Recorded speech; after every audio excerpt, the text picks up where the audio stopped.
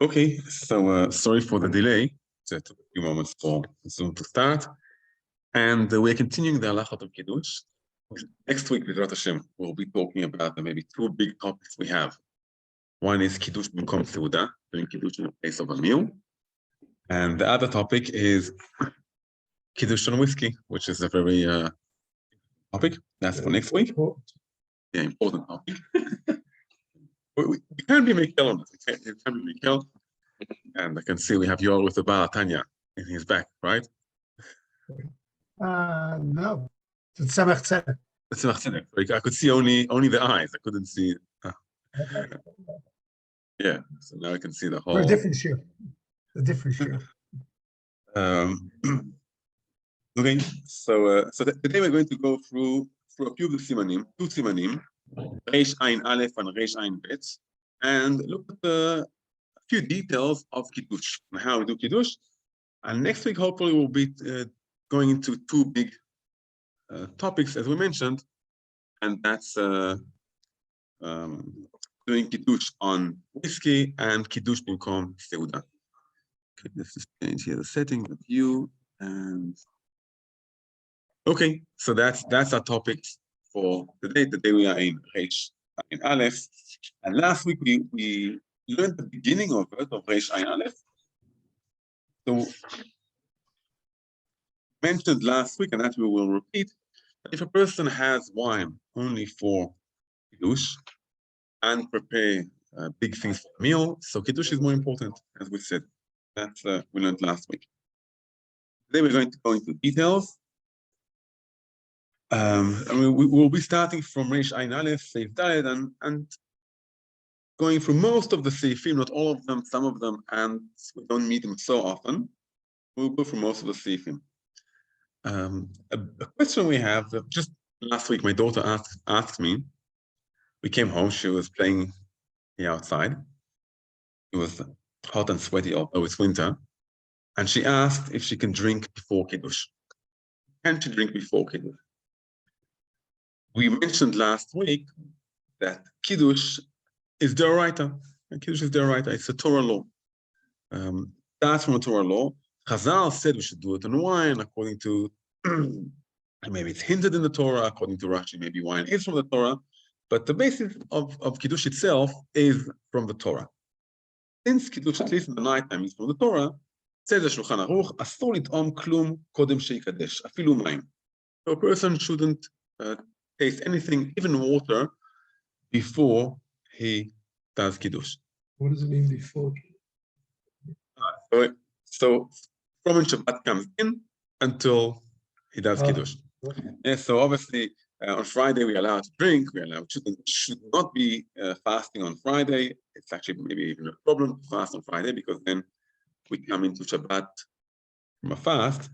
But from when Shabbat comes in, we shouldn't taste anything.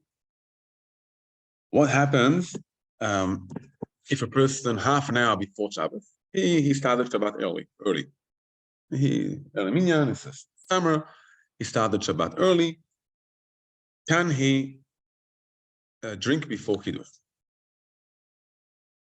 So the answer is no. Since he started Shabbat, for him it's Shabbat, so he can't eat until he does Kiddush. You can see also very practical halacha, and also the importance of how Kiddush is so important. Here we have a few seifim which we don't meet them often, so I'm skipping a bit until Seif Zayin. Yes, I'm skipping to Reish Ayin Aleph, Seif Zayin, and says the Shulchan Aruch, Af al pi she'asur lo lit'om kodem Kiddush, im ta'am mekadesh. Sometimes people ask on a fast day, someone by mistake ate, and does he need to continue fasting, or he needs to stop fasting? Okay, can he stop fasting? So if someone ate by mistake on a fast, obviously we say to him, you ate by mistake, continue fasting. Same here with Kiddush. If someone ate by mistake before Kiddush, so he still has to do Kiddush. Okay, has to do Kiddush, which means that doing Kiddush doesn't depend on eating. Doing Kiddush doesn't depend on eating. We can't eat before Kiddush, but it doesn't mean that Kiddush depends on the eating part. Okay? So, now the reason we can't eat before Kiddush is so important, especially in the nighttime. So Chazal said, no eating before Kiddush. But since Kiddush is so important, obviously if someone ate by mistake beforehand, they still have to do Kiddush. So that's, you have it? Do you want me to show you? Wait. Sign, Okay, great. Okay. And so goes on the next halacha. If a person by mistake or on purpose did not do Kiddush during the nighttime, he can do Kiddush also in the daytime. That can happen for soldiers, doctors, or people who just, got too drunk on Purim. But he's supposed to say Kiddush in the daytime anyway. So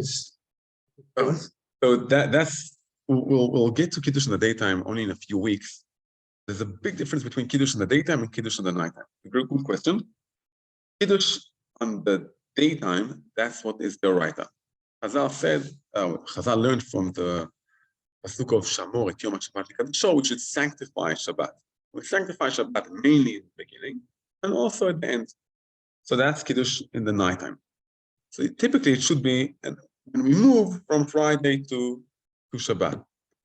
Okay. Also we move from Shabbat to the Sunday, to Motzei Shabbat. So then also we have a kind of Kiddush, which is Havdalah. The main part of Kiddush is transferring from Friday to Shabbat. Kiddush on the day, it's mentioned in the Gemara, not in the Mishnah, and it even started as a minhag, which not every place had it. Only some places had Kiddush on the daytime. We will get to it in a few weeks, but just to show you an example, the Gemara says that one of the rabbis gets to a place and they tell him, do Kiddush, and he doesn't know what to do. He doesn't know what does he say? Does it just say Kiddush on the wine? Or does he say any other bracha, he says? So he said, okay, I'll be clever. He says the bracha on the wine, and then looks around to see what people do. And he sees one of the older guys starts to drink his wine. So he realizes, okay, I just need to say Hagafen. So the main part of Kiddush we say on the day is Hagafen, and it's to show the importance of the meal. We say Psukim beforehand, but that's also more of a custom, but we'll get to that later. And the main Kiddush is on the night. So the Shulchan Aruch, he has quite a good, a big Kiddush. I mean, not the Shulchan Aruch, but although Kiddush usually comes when we move from Friday to Shabbat, if I forgot to do it on Friday night, I'll do it on Shabbat day. And the Shulchan Aruch says, Kol Hayom, which means I'm in Suda Shlishit. I just realized, oh no, I did not do Kiddush. Now's the time to do. Yeah. And what does he say in a case like that? So he says all of the Kiddush of the day, means the bracha, Hagafen, besides Vayechulu. Vayechulu we say only at night time. Here in Safe State, we have a halacha which is maybe connected to Kiddush, maybe connected to Hamotzi in a moment. And that is should cover the bread from the top of the bread and from the bottom of the bread. So we should cover the bread from both sides while we do it. So we should cover the bread from both sides. Now, covering the bread from the top, why is that? Well, we have bread and wine. What should we say the bracha on? On bread, right? How can we say Kiddush on wine? Oh, well, there's a mitzvah to say Kiddush on wine, but we're saying Hagafen before we say Hamotzi, which is the wrong order. So as if to take the bread away, so the bread won't see the grapes, if it's a wine, getting the honor before the bread, we cover the bread from the top. Why from the bottom? Because there's another reason for covering the bread, and that's to remind us of the man in the desert that had dew on the top and on the bottom. That's why we cover the bread from top and from the bottom. If Yud talks about two important topics. One of them is how the cup should be. Should be a full cup up until the end, good wine. It shouldn't be a kos pagum, which means it shouldn't be a cup that someone else drank from it beforehand. We rinse the cup. Also, the wine shouldn't be wine that someone else drank from it beforehand. Someone takes a bottle of wine, drinks from this wine, and then pours it into your cup. So lechatchila, we shouldn't use that. Shabbos morning, he fills it up. I mean, he drinks and then fills And then it fills up it and up. gives to somebody else. So filling it up many times is a term called agum, which when someone drank from it. Yeah. Fixing lechatchila, the best thing to do will be to pour out the wine, or some, let's say half a cup, and then drink from it. And then, if someone else wants to do kiddush, give him what remains in the cup. Filling up the cup or refilling the cup fixes up this begima, so it's fine. I say if someone drinks from the wine, Yeah. if I have a big cup, a huge cup, Yeah. I drink from the wine, I drink half of the cup, and then I give it to someone else to do kiddush on it. That's a problem. Filling up the cup, the wine with new wine, and like mixing up the old wine with new wine, so that's already fixing up the problem. So that's not a problem. Yeah. But the best thing to do is to pour one cup and then drink from one cup and save the other for kiddush. Okay, now the Ramah here, the Shulchan Aruch and the Ramah bring here a different idea of customs. We stand for Vaychulu, sit down for Vaychulu, stand for all kiddush. What do we do? What do we do? Depends on the minhag, right? Depends on the minhag. And where does it come from? Anyway, so let's explain the two maybe two ideals that we have. Vaychulu, it's not in this say, it's a few simanim beforehand. But shul, we say standing up. We say standing up. According to the Mishnah Brura, the reason we say in shul Vaychulu standing up is because we're testifying on Hashem creating the world. That's why, according to Mishnah Brura, Chazon Ish argues, but according to the Mishnah Brura, if someone was davening Shmoneh Esrei, he missed Vaychulu, when all of the shul was saying Vaychulu, he should find someone else and say Vaychulu with him. So that's we stand for Vaychulu, we say in shul. And it's because like a testimony, we're testifying on Hashem creating the world. That's Vaychulu. Kiddush, it's become Seudah. It's in a place where we eat. Usually we eat sitting down, right? I'm sure everyone remembers that the parents told them, sit down when you eat, and we tell our kids, like, when you eat, sit down. So we do Kiddush, we should be sitting down. Also, there's an idea of kaviut. If I'm doing Kiddush for someone else, we should all be in the same place. You know, I'm walking around, moving from place to place. It's not called kaviut. We aren't established in one place. And therefore, it's better to sit down from the Kiddush aspect. So here we have a contradiction. For Vaychulu point of view, we should be standing up. Also, in Vaychulu, the name of Hashem is hinted in the beginning. Say Vayere, Vayiboker, and then Yom HaShishi, Vaychulu Shamayim. So we have a Yud and the Hey and the Vav and the Hey. So we are mentioning Hashem's name, we are hinting Hashem's name. It's like a testimony on which. And that when a witness comes to Beis Din. So from the Vaychulu point of view, we should be standing up. From the Kiddush point of view, it might be better to sit down. So what do? So some have the custom of standing all the time, as the Shulchan Aruch writes. So he says Vaychulu, and he says then Bor Pegaf, and then Kiddush. And the Shulchan Aruch doesn't mention that he sits down for Kiddush. So, Ministam, he can be standing up, and many people stand up for Kiddush. The Ramah brings that it's better to sit down.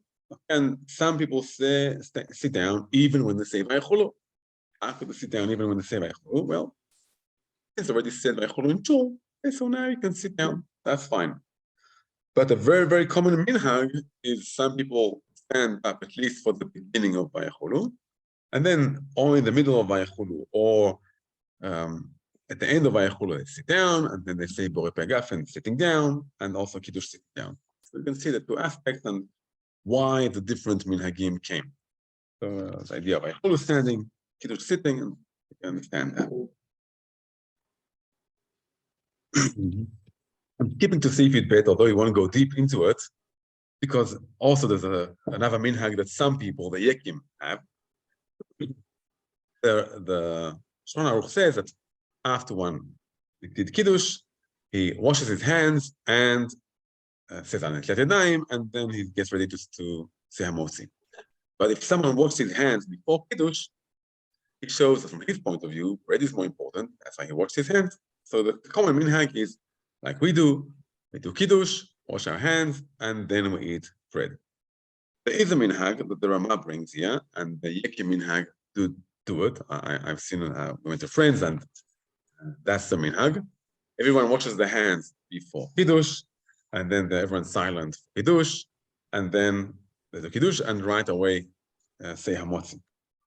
I must say it's strange for us to think like that, but it is a very handy minhag. You don't need to get up, sit down, move. Before you sit down, everyone goes, washes their hands. It's quiet for kiddush. The kids must be quiet because they wash their hands. So there is, it is quite a practical minhag. I've seen it in a summer camp where you have 1,000 kids sitting. Instead of all go into the dining room to make kiddush, then go back out to wash your hands, come back for motzi. They have them wash on the way into the dining room. Then they're all quiet for kiddush and for motzi. Right, it's a very practical minhag for with 1,000 people. Yeah. Right. Okay, and that's I guess in some places that was a common minhag. Okay, we got now moving to Seif Yud Gimel and to Seif Yud Daled. Yud Daled we will learn very short because next week that will be one of our topics. Okay, so how much do we drink from the kiddush? How much do we drink from it? And the Shulchan Aruch says we have to drink kimlo lugmav. In kiddush we have to drink kimlo lugmav. In other things like weddings or brit, we don't necessarily have to drink so much. In kiddush we have to drink kimlo lugmav. Milo lugmav is what's milo lugmav? So the Shulchan Aruch explains how much is milo lugmav. Okay, which means you fill up one of your sides of your mouth. Okay, and that's amount. That's kimlo lugmav. Okay, so it's an individual amount. For big people, it's a big amount. For small people, it's a small amount. It's when you fill up one of the sides of your mouth with wine, and it's most of a revi'it. And from person to person, it's the most of a revi'it. How much it is, 40 cc's, 50 cc's, it depends from person to person. Here we have a very interesting halach. Why is that kimlo lugmav? Why isn't that just taste a little bit? If all the point is to say hagafen, just taste a bit, and that's it. Say hagafen. And if it's a matter of drinking, so it should be maybe a revi'it, which is a revi'it in other places. Which brings us to the idea of kimlo lugmav. We see it also in Yom Kippur. Yom Kippur, the issur of karet midoraita is when someone drinks kimlo lugmav, one of the sides of his mouth. And Chazal say that's the minimum amount a person feels satisfied with the amount he drinks. If it's less than that, they say, oh, what are you giving me? Peanuts? It's nothing. Oh, if I'm drinking wine, give me some wine. So that's kimlo lugmav. Last week we mentioned the connection between kiddush, is sanctifying Shabbat, and the idea of honoring Shabbat, but also having pleasure from Shabbat, enjoying Shabbat. And we'll see it again next week, but we can see it also this week, that the amount, the measurement we need to drink of wine is the measurement we get pleasure from. So Kiddush isn't just sanctifying Shabbat, it's showing that Shabbat is holy here in our terms, in wine, in food. As human beings, we are able to sanctify Shabbat and make it holy. We can understand it in the Lugmav. The Seif Yud Daled, as I said, we'll discuss it mainly next week, talks about if I'm drinking only a bit. And when we have 5 people here doing Kiddush together, can each person drink a bit, and then all of them together will be kimlo lugmav? That's a very common question in whiskey, because not everyone can drink kimlo lugmav. Most people can't. Had a friend who tried that. We were doing on Simchat Torah in the nighttime, going from shul to shul, and there was one of the shuls that Kiddush had whiskey or something like that, and he wanted to eat and drink, so he had to do Kiddush. So he took whiskey and he said, "Okay, I need to do kimlo lugmav." And you can guess that he didn't join us afterwards in the dancing. So that's the But that's for next week. We'll just say that the person doing Kiddush, he himself should have Kimla Lugmav, but b'diavad, if all of them together had Kimla Lugmav, it's fine. That will go into next week. Since Danny isn't here, so he'll wait till next week for the. So I'm now in Sif Tetvav, and Sif Tetvav, I've seen it a few times happening. A person does Kiddush, and then for some reason he talks. Okay, one of the kids made noise, something. He talks about something which isn't connected to Kiddush. So like everything, if a person says a bracha, and then before eating talks, so he needs to say a bracha again. But here, he needs to say only the bracha of Hagafen again. He does not need to say the bracha of Kiddush. That's like a very common, not very common, but it in many things, food and everything. If we talk between the bracha and eating, we needed to say the bracha again. Okay. One more halacha in this seif, in this siman. Then we'll go to the next siman in the few minutes we have. Okay, so I'll read it inside. לא יטעמו המסוקים קודם שיטעום המקדש, אם הם זקוקים לכוסו. ששופך ממנו לכוסות שבידם ריקנים או פגומים. אבל אם היו להם כוסות יין שאינם פגומים, רשאים לשתות קודם שישתה המקדש. In other words, people sitting there in the meal, if they shouldn't drink before the person doing Kiddush, if they need him, which means he is pouring them the wine. But if each one has his wine in front of him, and they heard Kiddush from him, and they have the wine in front of them, so they can drink before the person doing the Kiddush. Let's say if you have now 1,000 people in a camp, and a few kids have poured for themselves wine, and they're listening to the Kiddush done by the rabbi in the camp. And the rabbi in the camp, he finished Kiddush, and he's pouring a bit of his grape juice, the wine, hopefully grape juice, to a few of the councils there. So since they have grape juice in front of them, they do not need to wait for him to drink. They can drink before him. But if, let's say, he's pouring wine for them, and they're the first ones to get the wine, so they have to wait until he drinks, and only then they can drink themselves. And so we went through Seif Reish Ayin Aleph relatively fast, and in the few minutes we have left, we'll go into Siman Reish Ayin Bet, at least some of it. And on what wine do we do Kiddush? What is a kosher wine for Kiddush? And we'll go for a few of the halachot. And the first halacha says in Shulchan Aruch and Seif Aleph, we don't do Kiddush on wine which smells bad. We have a wine which smells bad. We say, okay, we'll do Kiddush on it. It's not the table wine, but for the beginning of the meal, we'll do Kiddush. No, can't do Kiddush. It needs to be a good wine. And even if it was meguleh, even if it was open during the night, in the olden times, people wouldn't drink water or wine or any liquid was exposed or open during the night. We're scared that the snake will come and drink from it. And today, especially when we live in apartments, we don't have snakes crawling around. So we aren't so concerned about, maybe some of us do have snakes crawling around. Depends where you live. Right? My daughter had a snake under her. The house, okay, but did she live in an apartment? No. So we aren't so concerned about it, but still, for Kiddush, we don't use wine which was exposed. The Shulchan Aruch in Seif Bet says, and that's about grape juice, yain mikitzo mikadshim alav v'sofet ala adam es kol hanavim v'omer alav kiddush hayom. In other words, you can take a fresh wine, take grapes, squeeze them before Shabbat, obviously, we can't squeeze them Shabbat, and at the night time do Kiddush. So obviously, according to the Shulchan Aruch, we can do Kiddush on grape juice. Many people prefer to do Kiddush on grape juice.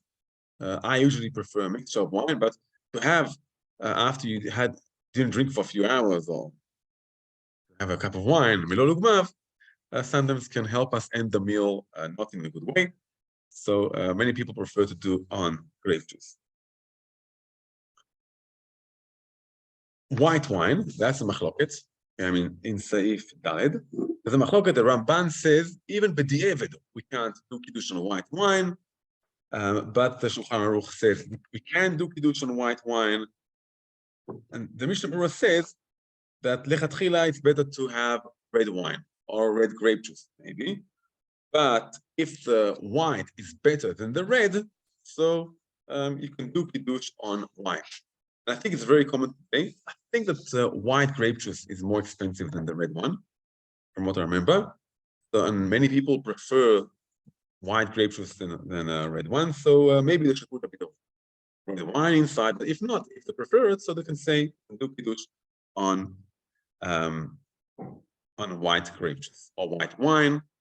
And the last halacha we'll learn is if you look at maybe two more halachot. If you look at a bottle of wine, every bottle of wine, it says on it, kasher l'kiddush porei pagafen, גם לשיטת הבית יוסף. Right? So it's like such a big chumrah. Even for the Beis Yosef, you can say porei pagafen on it. Okay, even for according to the Beis Yosef. Now, very soon you understand why. As soon as we'll explain the halacha, if according to the Beis Yosef, it's not kosher for kiddush, you can't say porei pagafen on it. So I wouldn't spend a penny on such a thing as wine. Okay, now the machloket isn't here. It's in Siman Reish Daled in the laws of brachot. When do we say hagafen on wine that has a mixture of water in it? In the olden days, they used to mix up like 75% water and 25% wine. So the Shulchan Aruch says if you have 25% wine, that's enough. You still say hagafen on it. When today the wine is weaker, so it depends according to the custom there. But 25%, that's the minimum amount of wine. The Ramah says that 1 out of 6, that's the minimum amount of wine. So the difference between the Ramah and the Shulchan Aruch is, according to the Shulchan Aruch, you need at least 25% of wine. Maybe in weaker wines, you need a bit more, but you need quite, it's still not a big amount of wine. And according to the Ramah, you can have a 6. That's why hopefully all of the wines we use are kosher, even according to the Beis Yosef. And if it's not, so I'm not sure that you're allowed to buy it or sell it as wine. That's just about the label there on the bottles. And you can see how sometimes labels make it sound so great, even for Beis Yosef, it's very machmir. But I think no one will call today wine that has 50% water in it. I don't think they'll call wine. Last week, we're going now to say Chet, we had wine, and some I use also a mix of sweet wine and grape juice. And last week I noticed that the different bottle of wine that I had said on it, it has 80% wine and 20% a mixture of sugar and water. So 20% of it was a mixture of sugar and water. And I'm sure a lot of the cheap wines in the army, we used to have wine, we used to call it yin patishim, because it used to like bang on your head like a hammer. I'm sure also that has a lot of sugar and other things in it. And the question is, you say hagafen on wine that has honey or sugar and other things in it. Let's read the Chet. You can say Kiddush on cooked wine. Okay, wine that has honey or sugar inside it. ויש אומרים שאין מקדשים עליהם, some hold that you don't do Kiddush on it. According to the rules, when the Shulchan Aruch says stam, he brings an opinion, and then he says yesh omrim, we go according to the first opinion. So according to the Shulchan Aruch, we can do Kiddush on wine that is sweetened, and also the Ramah says it, והמנהג לקדש עליו, אפילו יש לו יין אחר, שאינו טוב כמו המושל, או שיש בו דבש. The minhag says the Ramah, even if I have a different kind of wine, the other kind of wine isn't cooked. The other kind of wine doesn't have any addies to it, any sugar added. But the wine with the sugar is better, so the minhag is to do Kiddush on the cooked wine or the wine that has sugar on it. And we finished in Seif Tet, just in the right spot for Kiddush on whiskey, which Bezrat Hashem will continue. Shvach.